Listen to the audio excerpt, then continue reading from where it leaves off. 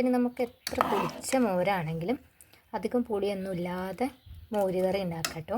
അപ്പോൾ അതിലേക്ക് തേങ്ങ, ഒരു വലിയ പച്ചമുളക് പഴുത്തിട്ടുണ്ട്, ജീരകം,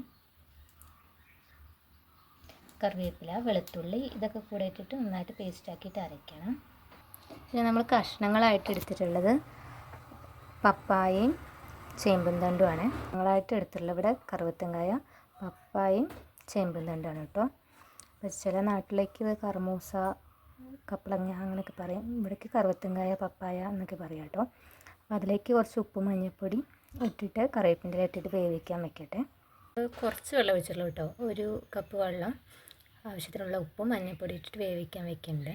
എണ്ണ ചൂടായിട്ടുണ്ട് കേട്ടോ, വെളിച്ചെണ്ണയാണ്. പിന്നെ 2 തണ്ട് കറിവേപ്പിൻ്റെ ഇലയും കൂടി എടുത്തിട്ടുണ്ട്. അപ്പോൾ എണ്ണ നന്നായിട്ട് ചൂടായിട്ടുണ്ട്. അപ്പോൾ അതിലേക്ക് ഉലുവയും ജീരകവും കടുകും കൂടിയാണ് ഇടുന്നത്. ഇത് നന്നായിട്ട് പൊട്ടട്ടെ. അപ്പോൾ ഇത് നന്നായിട്ട് പൊട്ടിയിട്ടുണ്ട്.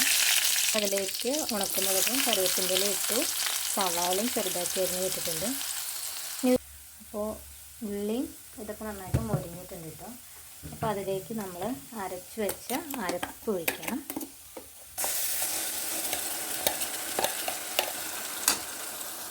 ഈ തേങ്ങയുടെ പച്ചക്കുത്തൊക്കെ ഒന്ന് മാറട്ടെ കേട്ടോ.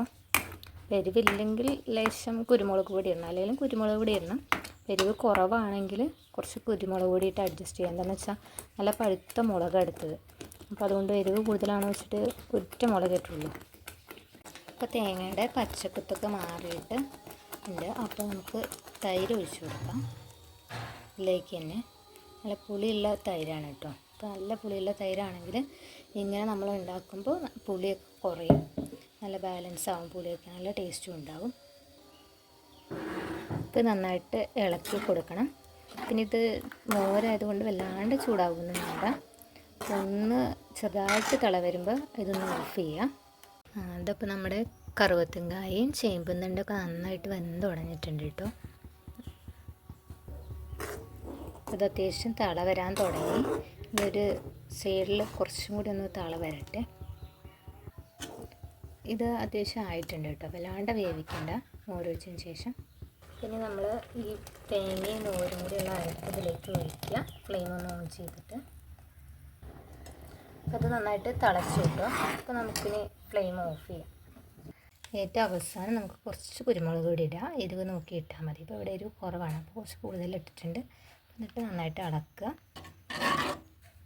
നന്നായിട്ട് ഇളക്കണം. നല്ല ടേസ്റ്റ് വരും കുരുമുളക് പൊടിയുടെയും കൂടി. അപ്പോൾ നമ്മുടെ സൂപ്പർ ടേസ്റ്റി ആയിട്ടുള്ള മോര് കറി റെഡിയാണ് കേട്ടോ. അപ്പോൾ ഇനി നല്ല പുളിച്ച മോരാണെങ്കിൽ ഇങ്ങനെ ഒന്ന് ട്രൈ ചെയ്ത് നോക്കൂ. പുളിയൊക്കെ പോവും, നല്ലൊരു ടേസ്റ്റുമാണ് കേട്ടോ. അപ്പോൾ എല്ലാവരും ഇതൊന്ന് ട്രൈ ചെയ്ത് നോക്കൂ.